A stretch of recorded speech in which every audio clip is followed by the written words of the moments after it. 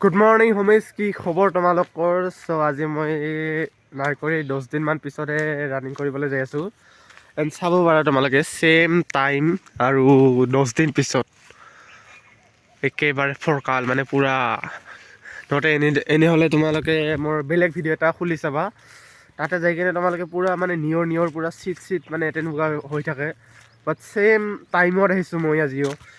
বাট বতৰটো 10 দিন গ'লতো, বতৰটো এতিয়া মানে চেঞ্জ হৈ গৈছে 10 দিনৰ ভিতৰতে।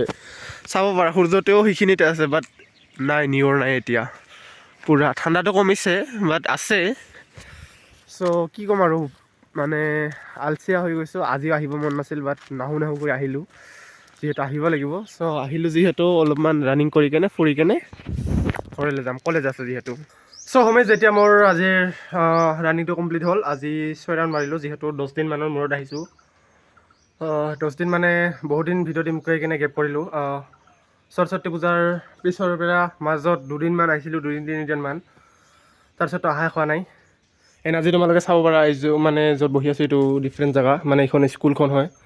সেই ছাইডত আমি বহা মানে কিটো আছিল, সিপাৰে মানে স্কুলটোৰ সিপাৰে ষ্টেজটো। আজি ইপিনে বহি আছোঁ, মিথুন দাহঁতৰ, বিকাশ দাহঁতৰ ইয়াতে আছে।